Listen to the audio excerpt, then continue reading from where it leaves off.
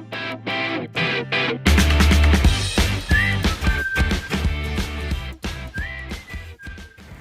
ายดีวันนี้พวกเราจะไปท่องเที่ยวอยู่น้ำกัดอยู่ลำปางซึ่งเป็นแหล่งท่องเที่ยวประจำแขวงอุดมไซซึ่งจะเป็นแนวได้นั้นพวกเราเดินทางไปพร้อมกันเลย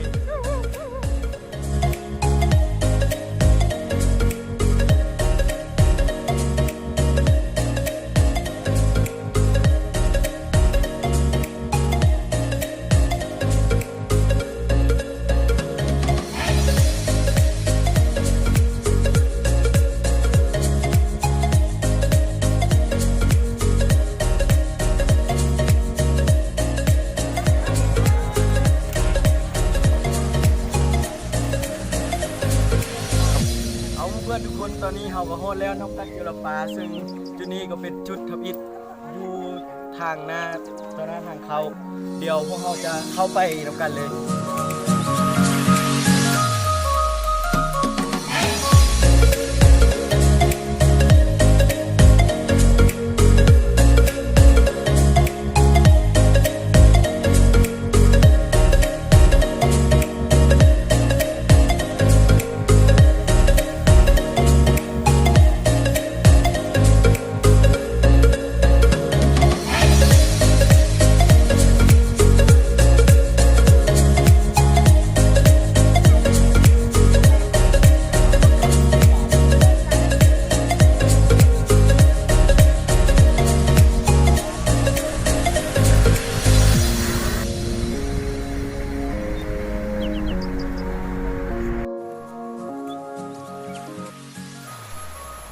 แล้วมู่เพื่อนในนี้พวกเราก็มาฮอดที่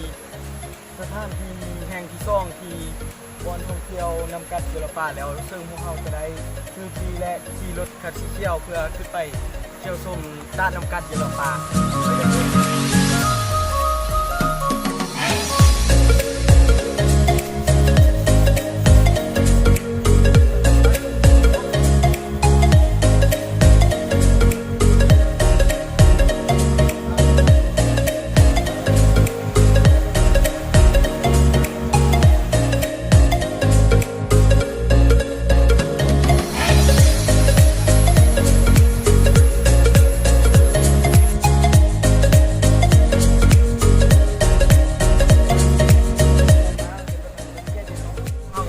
ขึ้นรถเครื่องจะไปตัดน้ำกัดไปถ่ายรูปถ่ายอย่างนี้แหละเดินไปกันเลย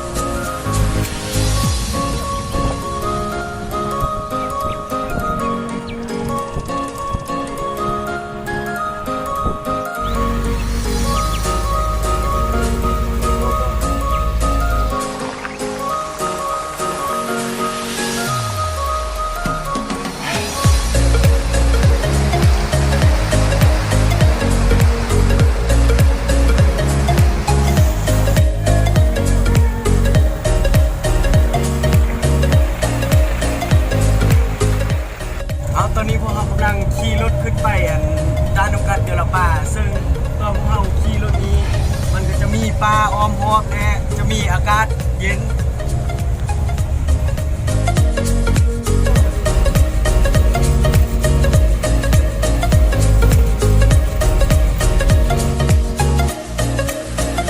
เอาไปทางชมในนี้พวกเราก็มาอยู่บนจอดรถคล้องตามนำกันแล้วซึ่งพวกเราจะได้ย่างเข้าไปอีกประมาณกิโลหนึ่งไปกันเลย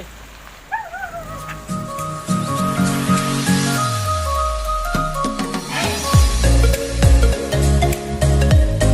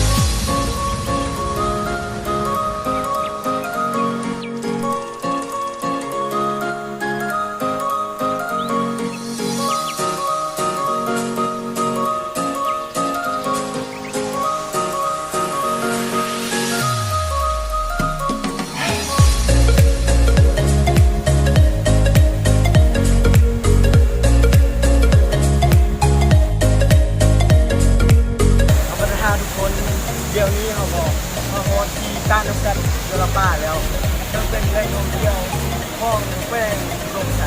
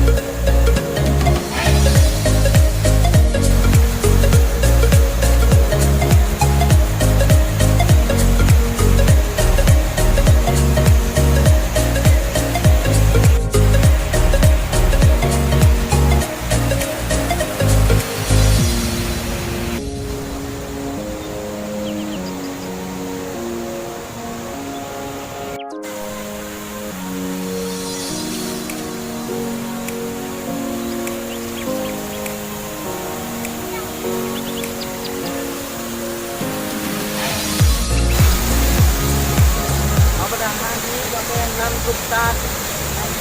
นำกันโยลปาที่มีชื่อเสียงโด่งดังของแขวงดงใจในทางนี้ก็ขอบใจนำทางแผนกเรื่องข่าววัฒนธรรมและท่องเที่ยวประจำแขวงดงใจ